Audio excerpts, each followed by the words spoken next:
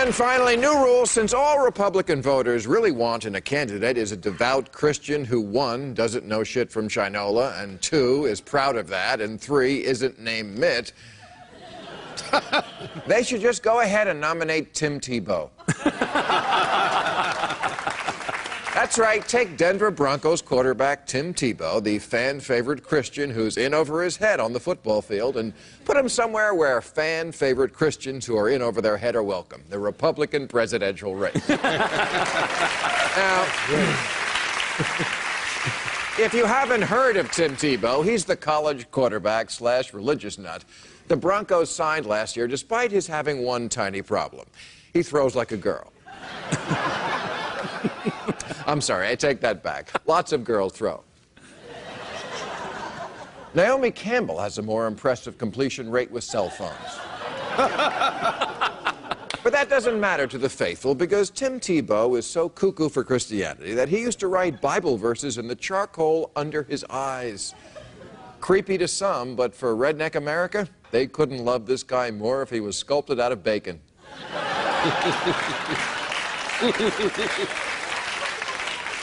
The words man crush don't begin to describe it. It is full-on gay. It's like the way Project Runway contestants talk about chiffon. But last Sunday, Tim learned that although Jesus saves, he can't read NFL defenses, and he's terrible at throwing into coverage. A Yahoo Sports article on Tebow's performance used words like atrocious, terrible, not even close to ready, and oh my God. And I thought, funny, those are the same things I've been thinking about Herman Cain. The difference being, in over your head is an asset in today's Republican politics. Their base doesn't care that Cain thinks presidents signed constitutional amendments or that Michelle Bachmann believes slavery was settled by the founders, because knowing things is seen as an affront to the all-knowing. And there's nothing they hate more than secular ed heads trying to fix problems like poverty and health care. Honestly, doesn't a lot of the Tea Party philosophy boil down to who needs the government when you have Jesus? Today's Republican Party doesn't want a smart, experienced problem solver. They want a motivational speaker with a background in pizza. Both Cain and Rick Perry have attacked Mitt Romney for having a tax plan that did not fit on an index card.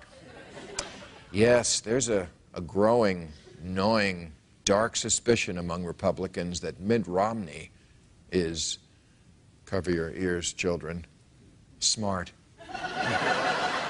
I'm not saying it's true, I'm just saying there's no proof it isn't. Meanwhile, 3 of the Republican candidates have said God called them to be president. But seriously, if God really did call all 3 to run for president, isn't he just fucking with 2 of them?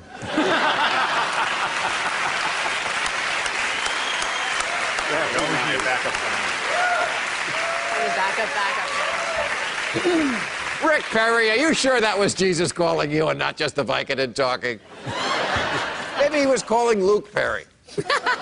It doesn't matter. It doesn't matter. Mitt Romney wants this more than any of you guys, and he, as always, will do whatever it takes to get the votes. And if that means coming up with a tax plan small enough that you can write it under your eye, then that's what he will do.